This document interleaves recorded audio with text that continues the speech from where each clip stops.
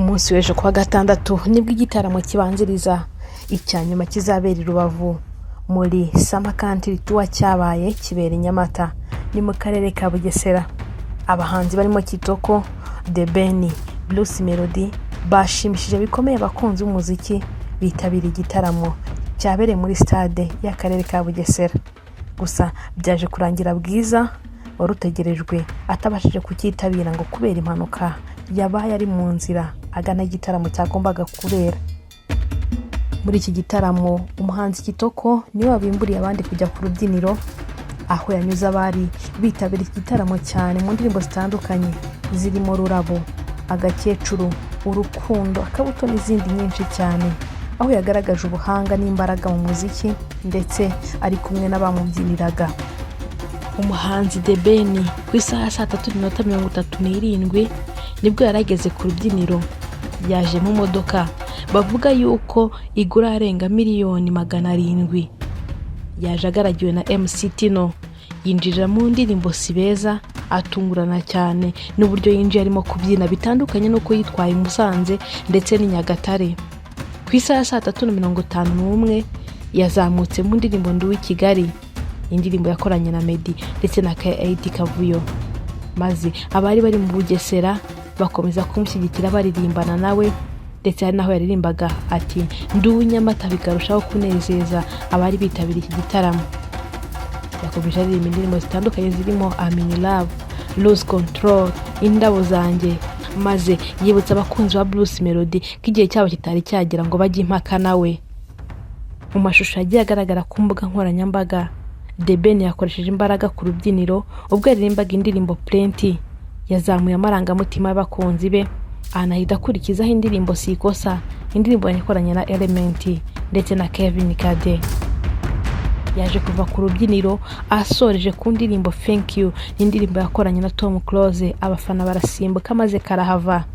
Ababonye The Beni ku rubyiniro kuri wa gatandatu Nyamata bavuze ko bitari bisanzwe, baravuga batese ni The Beni dusanzwe tuzi cyangwa nundi.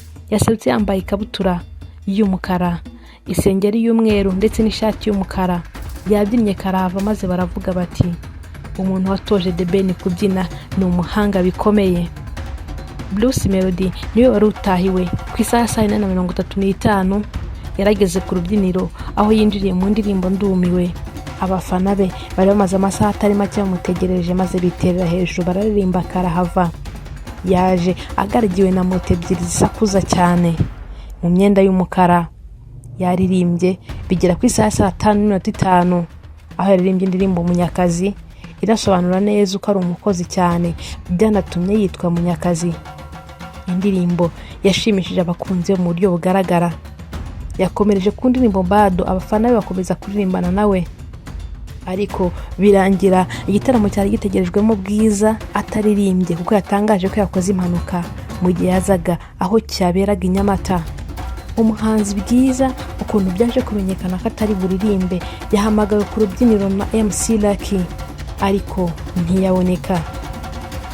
Nyuma gato ubutumwa yanyujije ku rubuga rwa Instagram yavuze ko yagize impanuka ubwo yari mu nzira agana igitaramo cyabereye, bimuviramo kutabasha kuhagera nk'uko byari biteganijwe.